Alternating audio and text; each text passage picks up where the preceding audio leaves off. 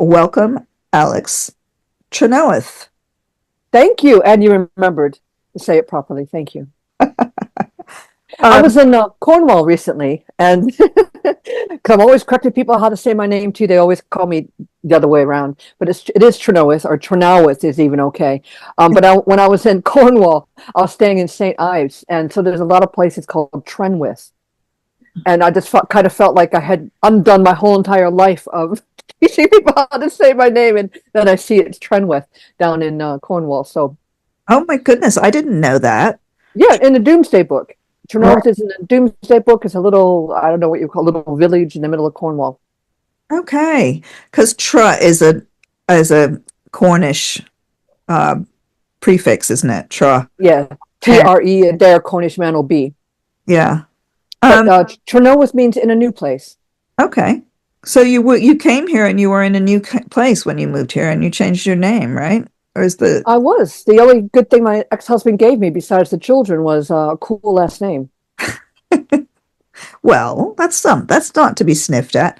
Okay, we are here tonight to talk about Zeus, speaking of a cool name, Zeus on the Loose, which is Alex's new book about unlock your child's cosmic superpower. It's a really useful book because it's very practical about Jupiter in your child's chart, which is very important. Alex, would you, I mean, I'd like to say just before you start, I'll ask you some more questions. It's just that Alex is a teacher. So that's why she has this insight into young people. You've been a teacher forever. Oh, sorry about the age thing again. Quite a while. She's been a teacher for a while. But you're a teacher and an astrologer. So a teacher in secondary schools, right? Well, I teach more in primary school now, but it's only because now I'm a supply teacher, which means I really complicated my life because being a supply teacher is pretty crap.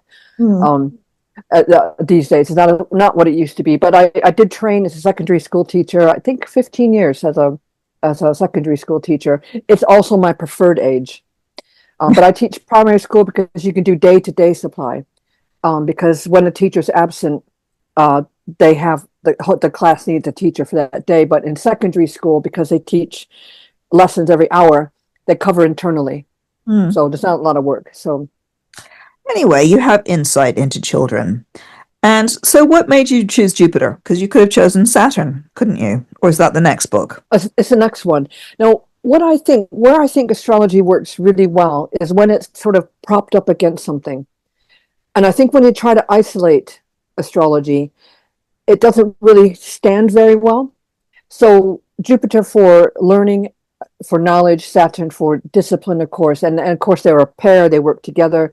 Jupiter expands exponentially, Saturn hones and practices and makes it work. So yeah, I could have chosen any planet, but I also wanted to put astrology up against something. So my next book then was Mirror Mirror, which is looking at films or synastry, having that theme. But Saturn, what do I call it? The Test of Saturn, I think is what my next book is called. I'm looking at true crime, Okay. Okay. Ooh, right. That's serial killers. Freudian. But let's go back to Jupiter because we're on Zeus on the loose. So Jupiter for kids, why is it important? Um, Jupiter is the planet of learning, and because it's not a personal planet, it also helps parents and teachers have firm boundaries about what is a parent's responsibility and what is a teacher's responsibility. So my responsibility as a teacher is to teach, to educate. Hmm. The child's personality is none of my business. I don't need to know their sun sign. I don't need to know their moon sign, Mercury, Venus, Mars, none of that. I need to know because that's to do with the personality. But the Jupiter is important because we teach children by year group, which means every year group will have a sign of Jupiter, maybe two signs of Jupiter. And um, astrologers want to argue with me too. They want to tell me that, oh, it's Mercury that's a planet of learning. And I say, no, no, because Mercury just repeats what it hears. The mythological Mercury was the god that delivered messages, just repeating what he hears.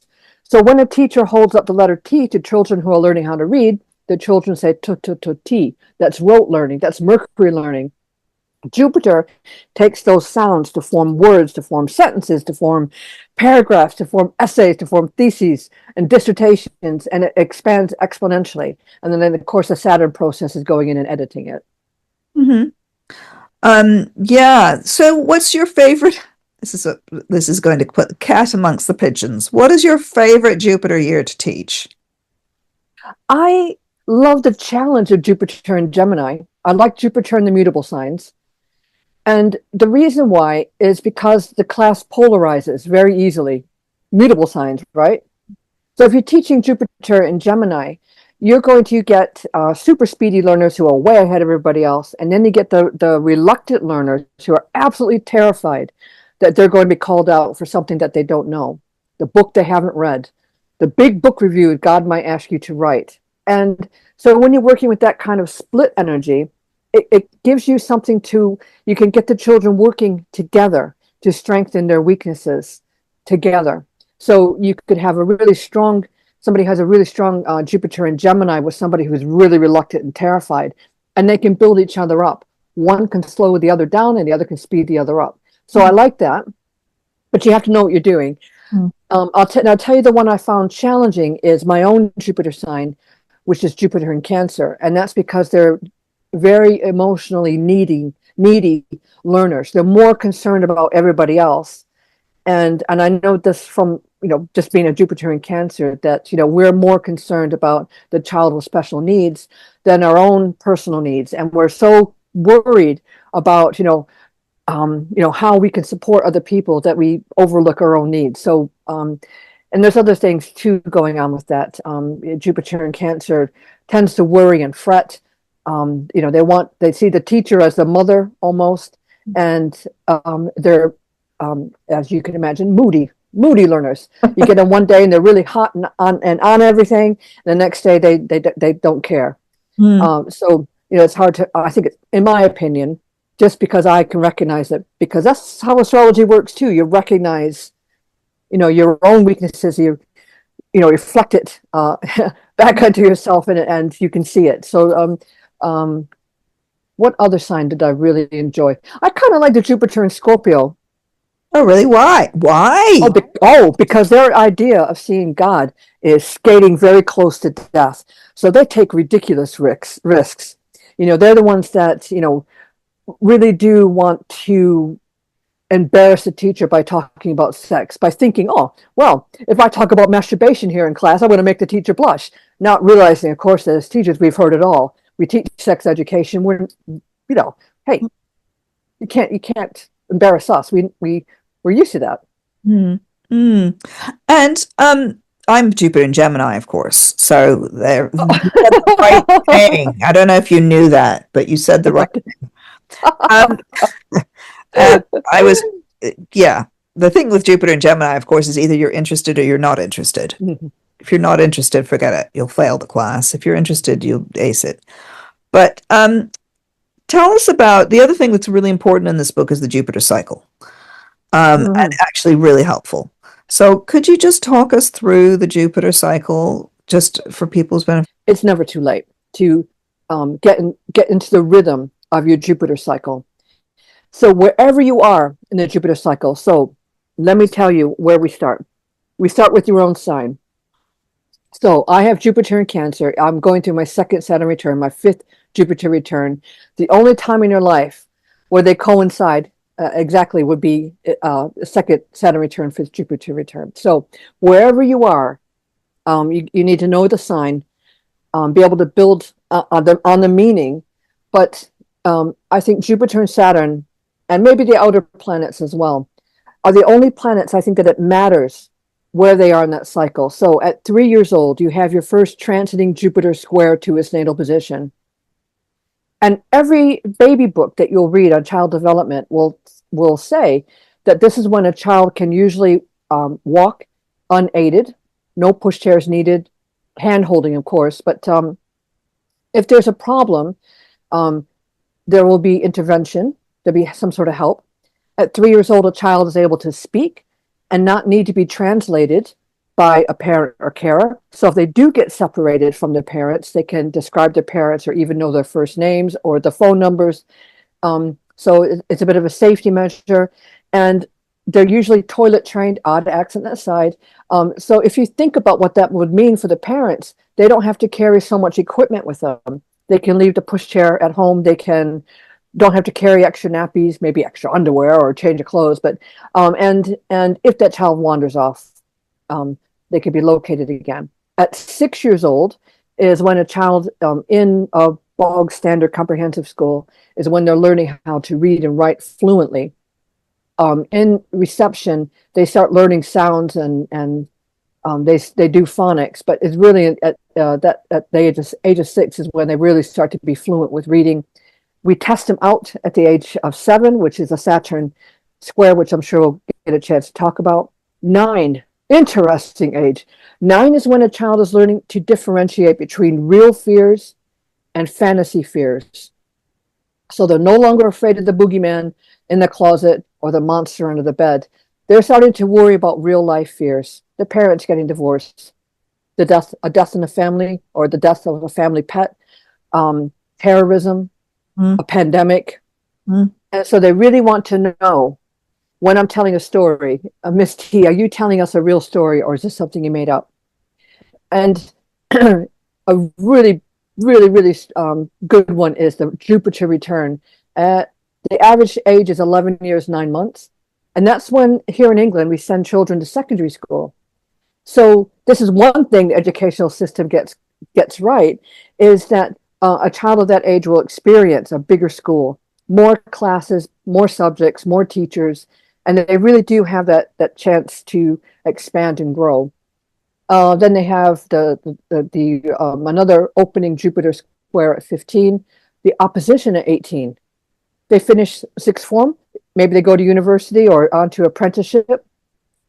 21 also has a connection to the Saturn cycle, but at 21 is when we really think children are going to be out in the real world, learning, working. 24 is the average age that people at least start thinking about having children.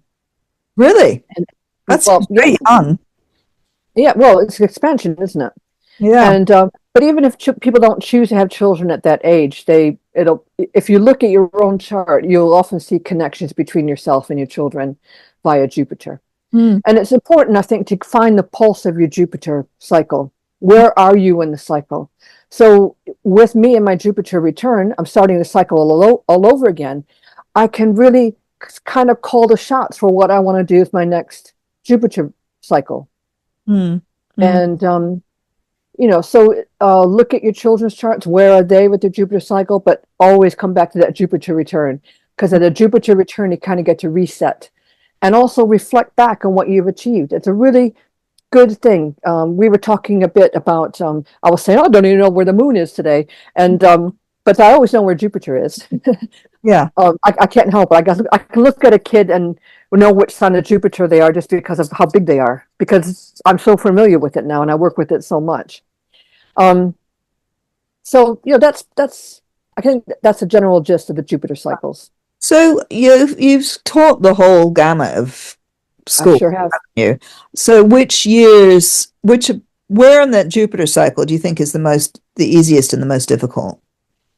Because I have to say, I recognize that learning to read at 6. I think that's generally true. Of course, there's always the child genius who learns at 3, taught themselves at 3. But in general, 6 is definitely suddenly kids, their brains expand somehow. Yeah, they start going through the brain starts rewiring itself. Probably around the age of 9, it starts, and it really blazes through puberty. Mm. And something else that's really interesting is that the girls' brain development, and I'm sorry, I know that gender is really a touchy subject these days, but I'm just going by the research, is that girls start to experience the brain development before the boys. Mm. So girls are more mature, and this is reflected in rituals like bar mitzvah or bat mitzvah. The bat mitzvah is before the bar mitzvah for boys. Also, and this is going to be irritating to all the women here, is that all girls schools tend to score better in exams than all boys schools. But it's also known that boys thrive in a mixed environment, whereas girls do better on their own. So, talk about sexism in, you Yeah. know, In action, right? yes, yes. And so if you think about what a girl would experience, also has her physical uh, um, growth that happens before the boys, as well as the mental growth. So her experience is that, breast development, her monthly cycle in a mixed classroom isn't something that's really all that private, because Mm, boys, because they're more immature, their idea of the height of sense of humor is pinging bra straps mm, or commenting on hairy legs or hairy armpits. mm, And for girls who are maturing, this is quite devastating for them. mm, Also the things around what we expect women to do. And I mm, know that every woman is different, but putting on makeup or fixing your hair or whatever, I mean, when you're a teenager, an adolescent, you're very self-conscious of how you look to other people. And not only that, but you think everybody notices everything about you, because that's part of the brain development too. You start to develop your personal story at mm, that age, but you think you're on stage all the time and everybody notices everything about you, when the reality is probably nobody really noticed. mm, mm, mm.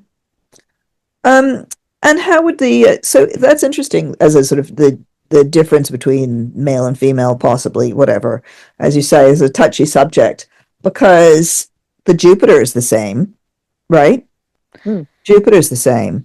So there's some kind of expansion that feels slightly that, for example, at the age when you have your first Jupiter return, which is what, around 12, 11 and 9 months. But maybe that expansion is slightly different for Well, boys. I think what we're noticing is the expansion is very different Yeah. between the genders. I think that's how I would interpret that for the Jupiter return. Yeah. Um, so um, the Jupiter return in terms of behavior. Now, bearing in mind, I was a secondary school teacher, and I was also uniquely placed as a head of year, Mm, and that means all the behavior data came to me for my year group. So I have, I think, 8 years of behavior data. And so what I noticed is that year 7 and 8, so that's 11 and 12-year-olds, experience a real spike in disruptive behavior. They're in a new school. They realize that teachers aren't watching them. They're looking at the exam years. The behavior data shows a real spike in disruptive behavior. Year 9 is the year teachers argue over. I don't want to teach year 9. It's either they want to teach 10 and 11, or they want to teach 7 and 8. Nobody wants to teach year 9. And why how is old, because just for the Americans, how old is year 9? 13. Yeah. So I always say 13 is the worst year of a child's life. If Mm, you think back to being 13, it was awful, right? That was my experience. You get mm, a few people who say they enjoyed being teenagers, and I don't quite believe them. There's a real difference in perception. Um, Now, don't let me forget what I was going to say. So that's the year that you get your first Ptolemaic aspect from an outer planet, Uranus, sextile its natal position. mhm, At the same time that Jupiter will have had its first return, and it's also in a sextile position to its natal position. mm, So if you put those two words together, Jupiter and Uranus, you get big rebellion. mm, And we know that 13 is also the year when children stop listening to parents and teachers, and they start listening more to their friends. And this is why even the most sensible child will start making some really bad decisions. And so the brain at that age is very much like um, having the keys to a Lamborghini, mm, but you have your L plates. You don't know how to manage it yet. mm, And again, this is why I'm always telling parents, don't just have that attitude. Oh, they'll just grow out of it. Oh, they yeah, don't need me. They need you the most at the age of 13 to get in there and make them responsible for their actions. mm, You set a curfew, be home at 9, and they come in at 9:10. Take it off the next time they want to go out. Make sure that they understand consequences. Make them build that trust. And you said something too, and I want to come back to it. I wish I had this book when I was a parent too. I didn't. you know, I didn't have it either. And parenting isn't about being perfect. We can't be perfect. We might want to think we're perfect when we got our first newborn child in our arms, and we make all those promises. I'm going to be the best mother in the world or the best father in the world, and we screw it up along the way somehow. But most children are able to recover from that. It's the prolonged mistakes or the mistakes that pile on top of each other. But that usually happens with the brain development in adolescence. If schools understand, here's a neglected child, they need to be extra taken care of in secondary school. Unfortunately, the transition process in this country stinks. Um, uh, Primary schools are reluctant to pass up that information to secondary school, so it's completely possible that a child who needs extra special help, the parents' experience is they have to redo all those IEPs, individual education plans, and so the probability of a child who has special needs, who doesn't get those special needs addressed to, falls through the net in some way. And because of the poor communication or the increasingly aggressive communication from parents, that child can fall through the gap. And so, one message I'm trying. Go Come ahead. back to something. I'm really interested in what you were saying about the Jupiter, about this when you get the Uranus sextile Mhm. with Jupiter, with just after the Jupiter return. So basically, these are two. Also, they're about, it's about big rebellions. Also, those are two freedom planets. Sorry, I don't know why I was echoing around there. These are two freedom planets. They're about liberation. Mhm. Well, And also they're about Uranus is a planet that seems to me often about complexity. So would you say that this is it's like an explosion of complexity that happens mhm. around 13? Yep, and that is the hallmark. Now, because we live longer, bearing in mind Romeo and Juliet were only 13. Um, Yeah, because we live longer, we don't have the pressure to, get married or stuff like that at a young age. But um, absolutely correct. That is the age where the separation anxiety, where the child wants to separate from the parent but doesn't know how. The parent doesn't want to let the child go, and that's where conflicts arise. And that's why I'm saying you have to build up the parent and child must work together and build that trust up. And the parent can't just shrug their shoulders and say, "Oh, they'll grow out of it."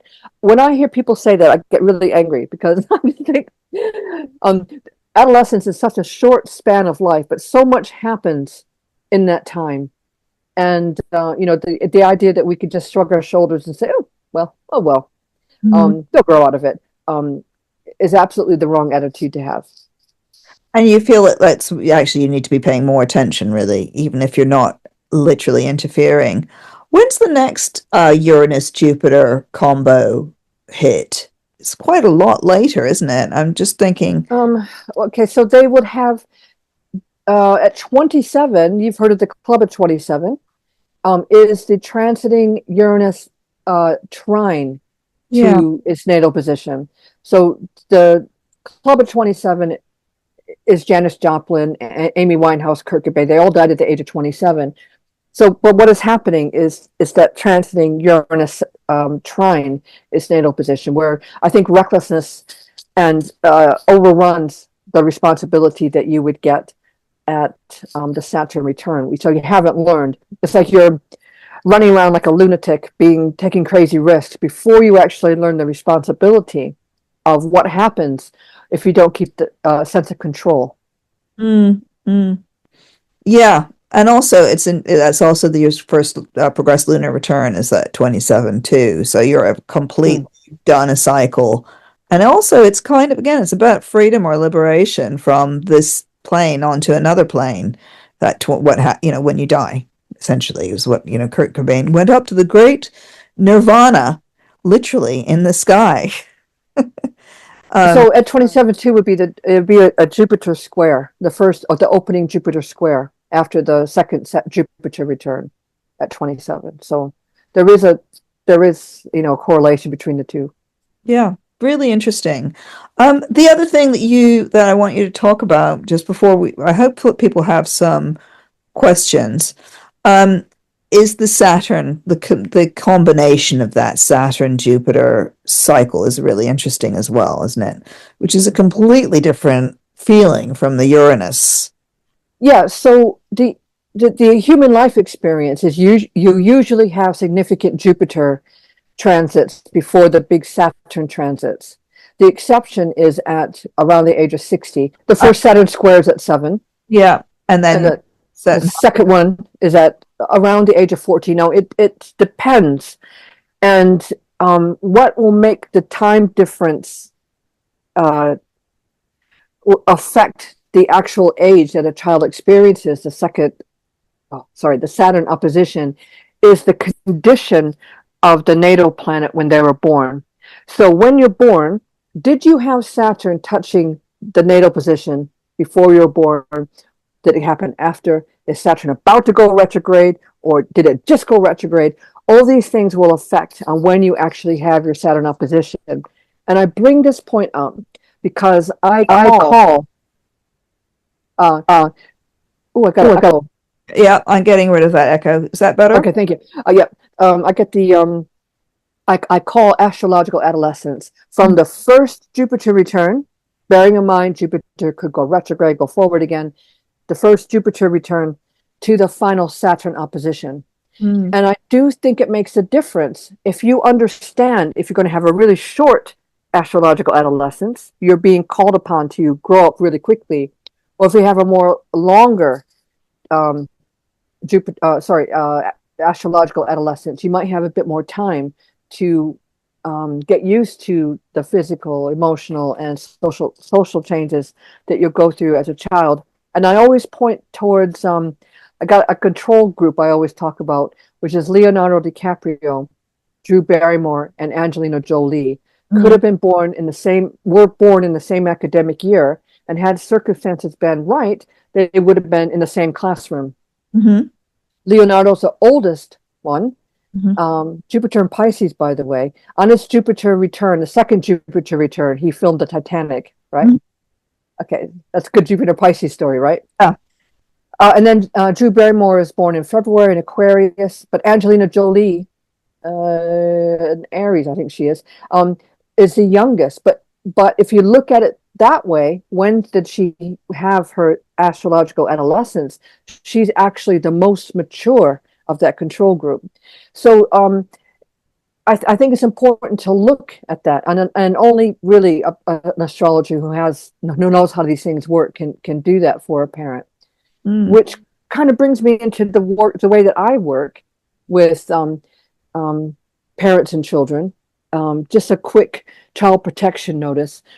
If you are attracted to working with children's charts, never ever read a child's chart one-to-one with a child. Always have the parent in the room with you, please. Mm. Okay, you unfold more trouble than you can actually imagine if you break child protection rules. So always have a parent in the room with you.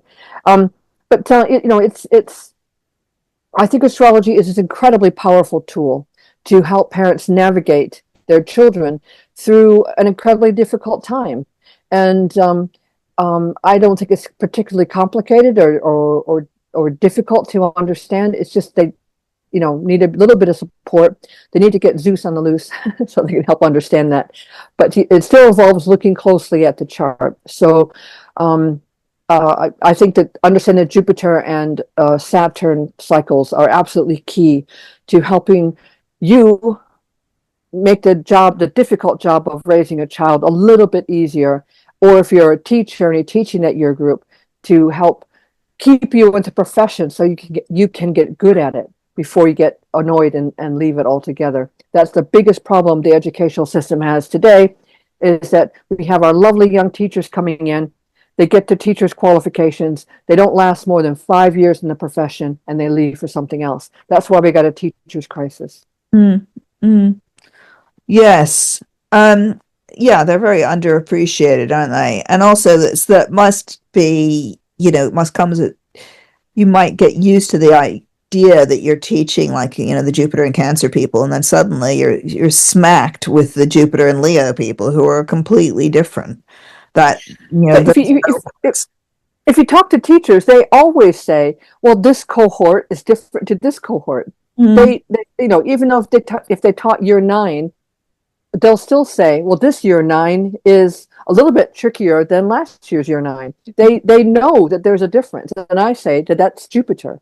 mm, But mm, if they know, okay, so there's a common expression in teaching. I totally disagree with it, but it's never smile before Christmas because you're too busy playing whack-a-mole up until Christmas trying to keep the class under control. But if you know their Jupiter signs, and I always felt this when I taught classes, that I was always a step ahead of the game. And in fact, I'll go so far as to say that the reason why I can call myself a veteran teacher is because of astrology. I nearly gave up early on in my career because it was too difficult. But with Jupiter, understanding Jupiter and Saturn, I was able to manage my classes and to understand how they learned, which is my business, and not worry about personalities, which are not my business. mm. Yeah. And would you say, well, Saturn is your next book, so we won't dig into that too much, but the Saturn Jupiter combination for, that'll be 2 years that people have, that Saturn's in a particular sign. And that's really interesting, like, because it really does tell you about how someone learns, isn't it? Do they have the discipline or whatever? But I want just to pinpoint that point you were making about adolescence, the prolonged adolescence. It's from, you were saying, it's from the first moment of the Jupiter return, that first hit, to Mm-hmm. the last hit of the Saturn Opposition, yeah, opposite. around the age of 14 or 15, yeah. Yeah. So you think that's a very sort of critical turning point for most kids? Absolutely. And you can see it. Now, like I said, I have behavior data about 8 years. Um, I did some work around behavior data and lunations as well. But let me address this. So Jupiter return children up until around the age of 13 are more in trouble for disruption. The 13-year-olds are more often in trouble for defiance. Mm, mm, And the 14, 15-year-olds, the ones that are just starting their GCSEs, are more in trouble for not completing their work to a satisfactory um, to satisfaction of the teacher or the exam board or whatever it is that they're doing. But if you think about it, that's really the backwards way of looking at it. Because the brain development happens from the Jupiter return, we should be focusing on giving Jupiter return children world experiences, getting them out there, encouraging parents to take their child on trips, not being so worried they're going to miss out on something really important. When they want to book their family holidays when it's cheap, taking them on residentials. And I am not even talking about piling more work on teachers. I'm talking about hiring in professionals to help these, besides the teachers, hiring professionals in to help them, to help give them these experiences. mm, mm. And so I'm just thinking that you were also talking about, in the book you also mentioned 21. This is the Mhm. next time that you get Saturn. What is that? It's 3/4 of the way around, isn't it? Yep, it is. Yep. So if, just for people's FYI, you think of this in seven, so 7, 14, 21, 28. That's the Saturn return, approximately. Um, but at 21, because your book doesn't just stop at 18, by the way, guys, it goes up into the 20s, which is a point of great concern for a lot of parents. As even so, you have the university seems like a big deal, but then it's an even bigger deal finding the first job, when you're going from at sort of 21, 22, that age, when finally they're out of full-time education, probably, or possibly they're coming out of it. Do you have anything to say to that? Yeah, but Saturn is to do with the teeth as well. We Mm, were talking about teeth before we started, but at the age of 7 is when children are losing their baby teeth and they're getting their permanent teeth in. At 14, the Saturn opposition is when a lot of teenagers have braces on their teeth. mm, And then at 21 is when the wisdom teeth come in, and it screws up all that lovely orthodontic work. Mm. Hopefully, when they have their Saturn returns, they're not losing teeth. By the way, for me, Saturn, my Saturn return also has Neptune conjunction, and Mm. you better believe I brush and floss very carefully. Um, yeah, actually, I had my wisdom teeth out at 20 at the Saturn return, the first Saturn return, 28. At 28, oh, okay. I'm a very late developer in many ways, and that was one of them. Oh dear, I had mine out. I think I was at my Saturn square, Mm. closing Saturn square. I had a terrible time with my wisdom teeth. They were impacted, and not just that, but the roots were curled around my jawbone, and Oh God. I had problems with my teeth. Um, I have Saturn Pisces. You see, mm, mm. Um, so I just want to see if anybody has any questions at this point. Does anybody have any questions that they want to ask Alex about, particularly about Jupiter, about this cycles that we're talking about, the Jupiter Uranus, Jupiter Saturn, and just Jupiter signs? Because just one more thing to add about the book, I thought, in the book, Alex addresses the Jupiter sign, but also how it works with how it's working with the sun sign, so to speak, or with the Venus sign. Anyway, it's slightly complex. It's not the sun yeah, sign; and it's the sign that the Jupiter's in. So if it's Jupiter in Gemini, she addresses how it works with Mercury, etc. well, sorry. Let me help you a little bit. Yeah. So, in a classroom, because Jupiter doesn't magically change signs on the 1st of September, I'm talking about if you're teaching a Jupiter in Taurus class, you're likely to have Jupiter and Gemini learners as well. So Mm. it's looking at the combination. And I was just going to say something before we get into questions. Oh, so I have when I was head of year, me and the other heads of year had a shared office, and we were having a really bad day with incident reports, which are reports that teachers write for poor behavior. And it was a really bad day. And in fact, it was so bad that one of my colleague turned to me and said, "It must be a full moon." Mm. And I thought to myself, "Wait, it's not a full moon; it's a new moon." Yeah. So this kicked off a lot of research into looking at when do children misbehave, and there's so many things that could go wrong in this. But what I found is that children tend to misbehave more on the new moon than the full moon, which is not what you would expect, and not the eclipses. New moons at higher latitude, not conjunct the nodes, and I think this is tied into another really important factor of adolescence is the sleep cycle. The brain development prevents adolescents from going to sleep at a reasonable hour. They can't turn their brain off, so they stay up really late playing on their phones. And please don't let your child play on the phone at night.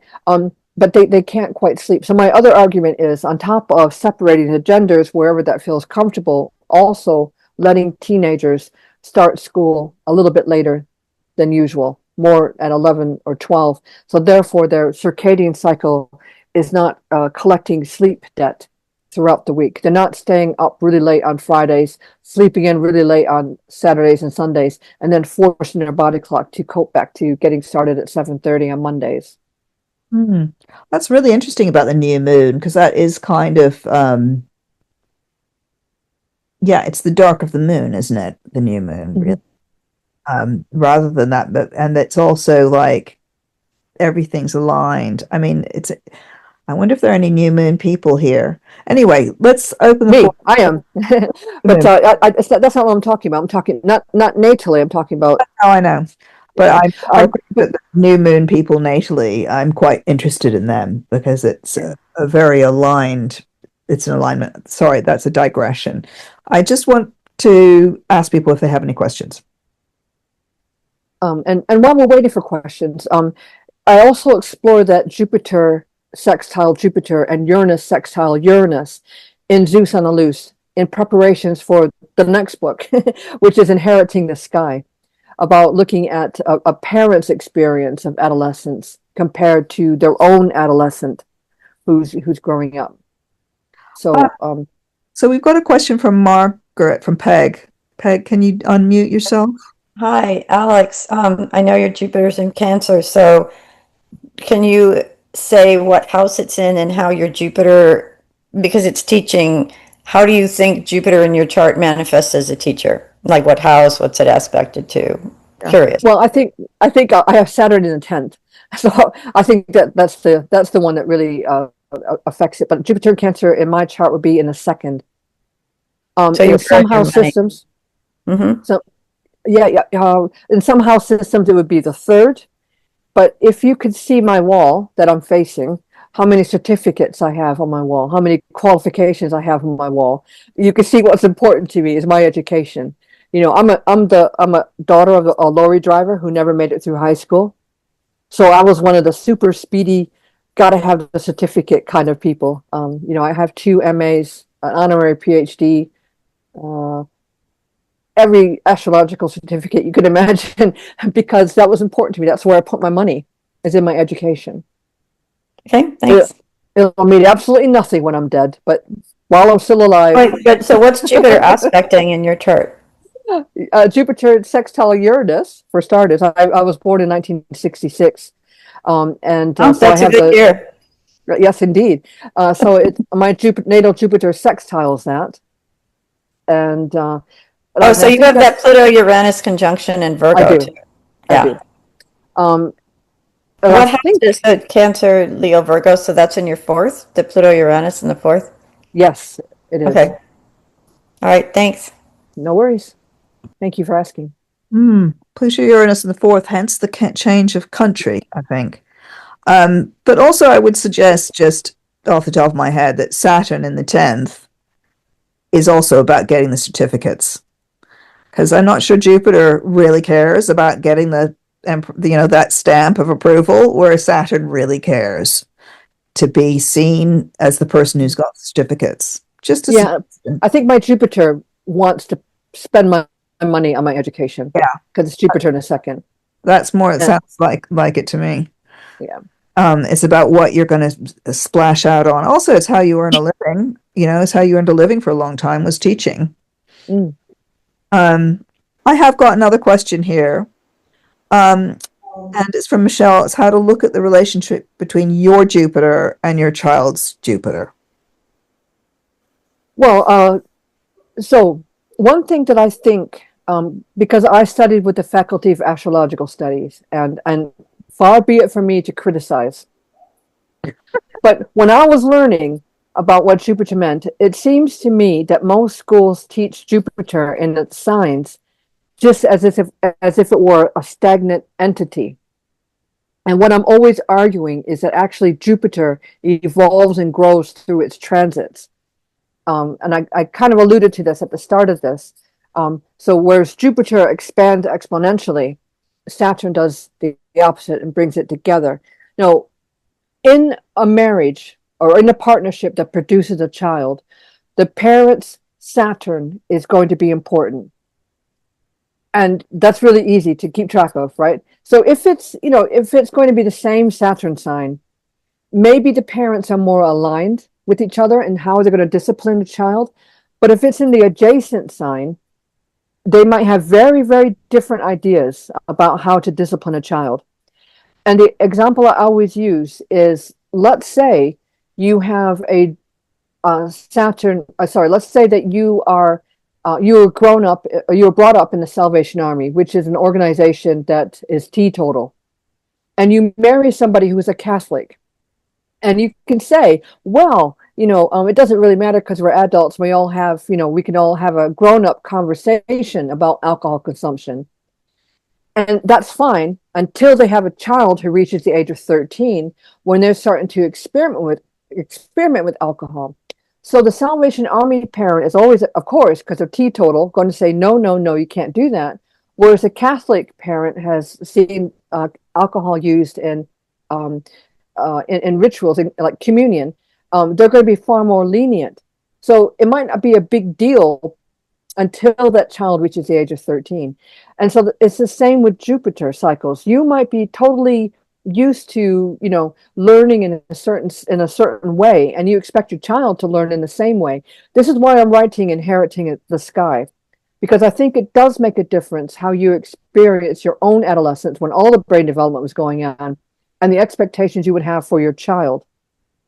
So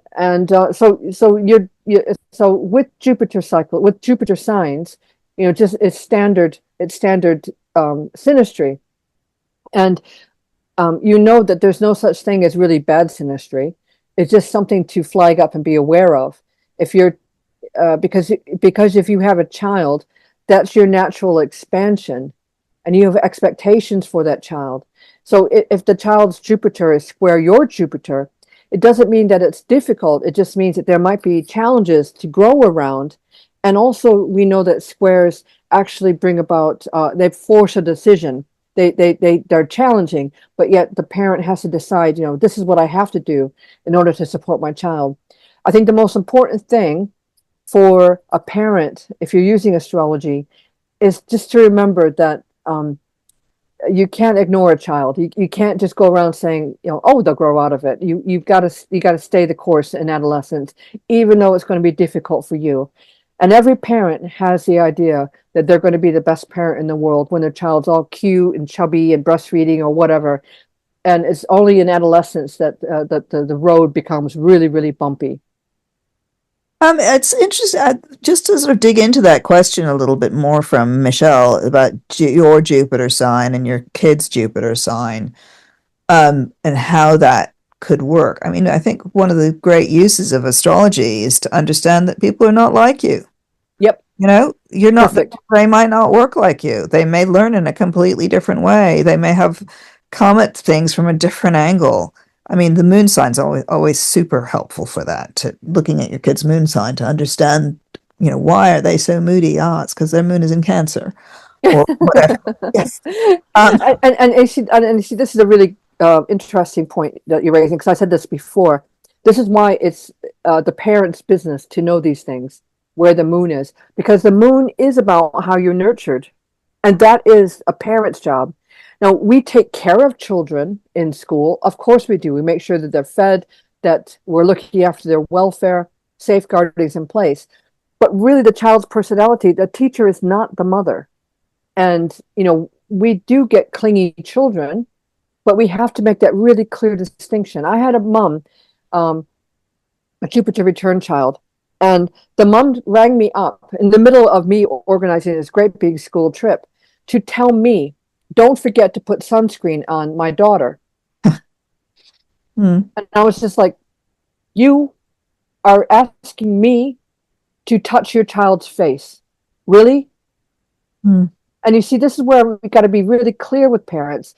This is your responsibility and this is ours. And one of the reasons why the educational system is so messed up is because we blurred those lines, and we've taken on teachers have taken on too much responsibility that belongs to the parents, in my humble opinion. Yeah. So would you include things like breakfast clubs and stuff like that? Well, again, we're getting into that thing about, are we a babysitting service or are we an educational service? Where are we? My argument is we're tending more towards the babysitting. Education is important, of course it is, but we also have a duty of care to children. Okay, so let's say that I'm lining my children up to be collected from school, and say my class is not cooperating. They're having one of they had something that happened that makes them all hyper and everything. Is it safe to move them down 3 flights of stairs to be collected by their parents?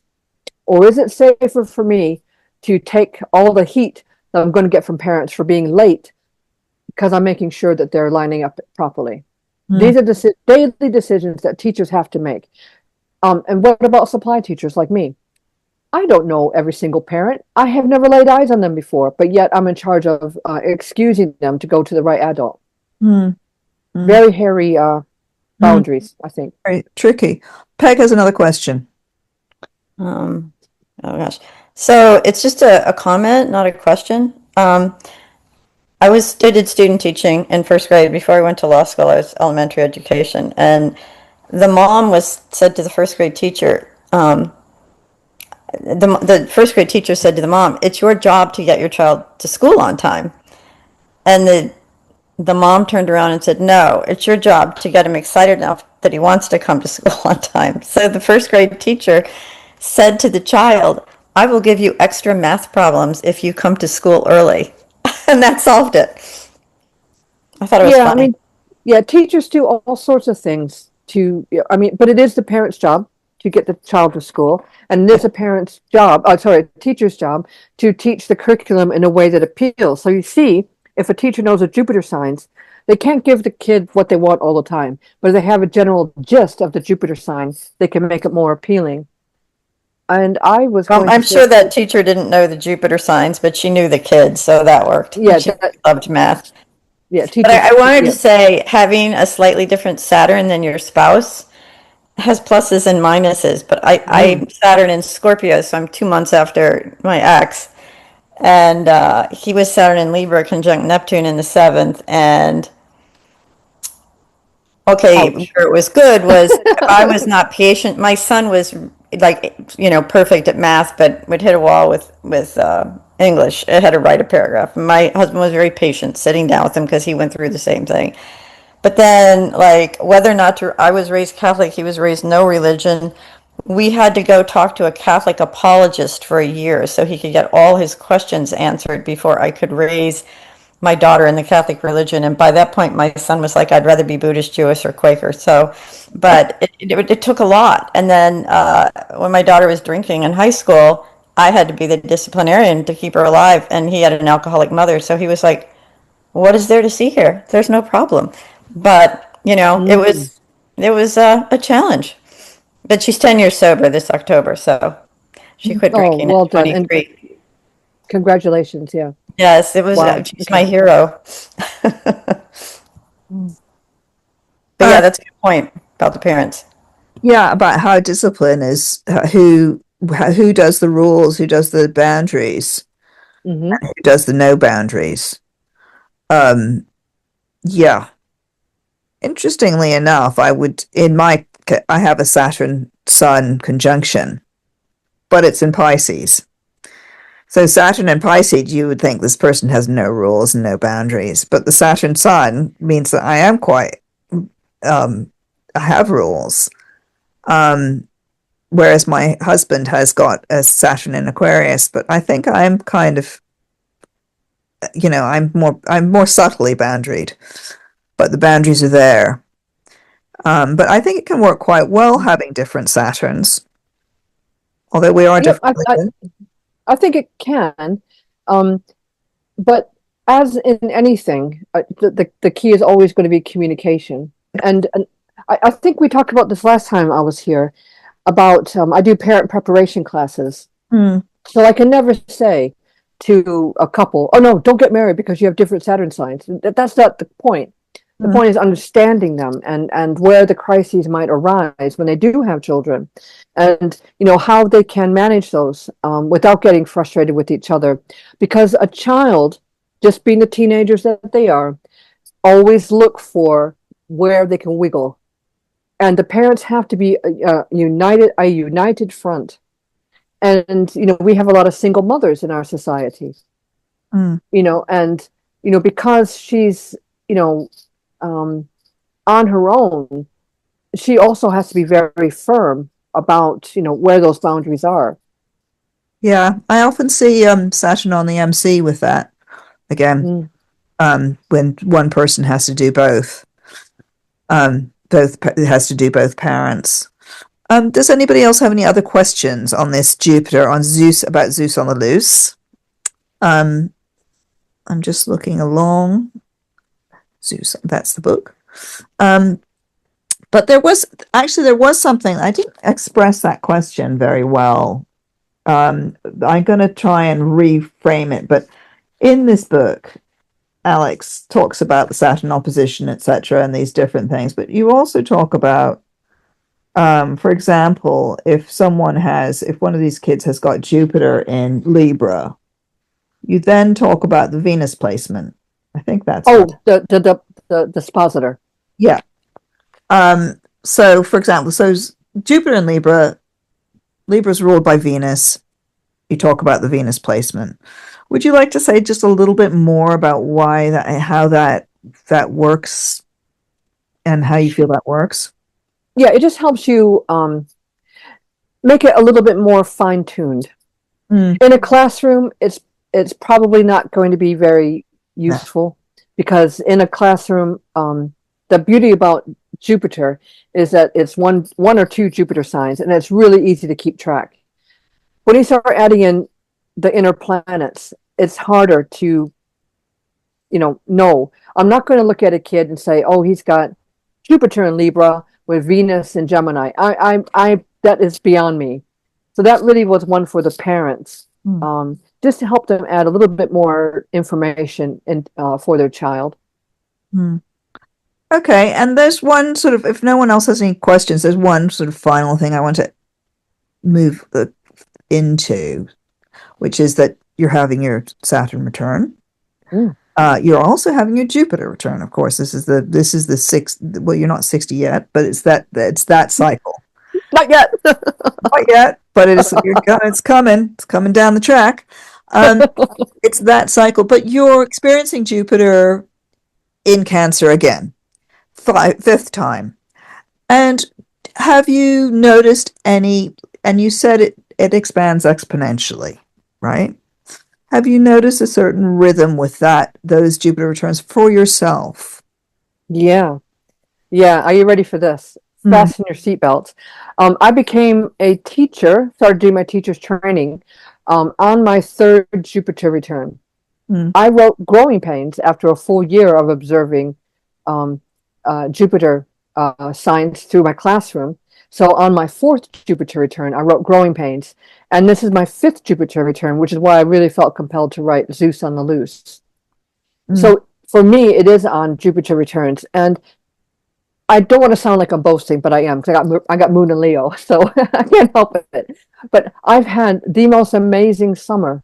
You know, I did my book release at Waterstones at Trafalgar Square. I'm the first astrologer to have an author's talk at a mainstream bookseller. That's pretty cool. I released my third book on my Jupiter return, Zeus on the Loose. So I got to say, I just had an awesome, awesome summer. Congratulations, well done. I didn't know that. Show off a bit more. Then you should show. That's really fantastic. Well, if you go on my Facebook page, you'll see that my cover photo is me wearing purple, of course, Yeah, with my purple nails, which yeah. I've only just gotten taken off, with my hair all done up because I thought this is going to be the best thing ever happened to me in my life. So I'm in full makeup and hair, sitting in Waterstones. Everything with Waterstones in the background, the Waterstones logo in the background. Talking about, they wanted to feature Mirror Mirror because they felt the Hollywood thing would be more. Um, a little bit more attractive. I had a full house. Mm, I Before it happened, before the event, I was really worried that people wouldn't come. of course. And then I thought that, if that happened, then Waterstones would say we could never have another astrologer. Nobody likes astrology. Mm, But it was a full house. It was if I got to say so myself, it was a magnificent event.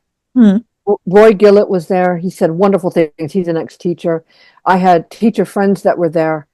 My publisher, Margaret Cahill, came all the way from Swansea, which is, I think, 4 hours by train overall. So you see the key words, publisher, teacher, Mm. involved in that. And it was just, it was a cool event. It will be the highlight of my life. And I've done some pretty cool things in my life. India. Your sixth Jupiter return. That's going to be the next high. Yes, that'll be a highlight too, I'm sure. Well, I'll be 72. Hopefully by then, I mean, just projecting on, I'll can kind of settle more on my haunches and be a emeritus, I think might be the word we want to say, emeritus, and just sort of say that I'm can be the elder stateswoman, as opposed to the trailblazer. Yeah, yeah. But that's the thing about Jupiter, or any return of planets, is that one stage ends and another one begins. Hmm. Yeah, so you're beginning and you'll be beginning a new stage as well. Yeah, Well, and accepting responsibilities, I think, is what the message with Saturn. Accepting. Okay, all right, I'm getting old. Okay, I could be touchy about it. That's okay. I got a Cancer sun. I could be touchy about it. But also feeling really comfortable, feeling like it's okay. You know what? I'm glad I'm menopausal. I'm glad I don't have to deal with that anymore. That's a good thing. And I'm glad that I'm getting older and have a little bit more clout as I get older, and that's okay. yeah, more power. Mm, Um, well, more power to you. Thank you for thank coming you. this evening. I'm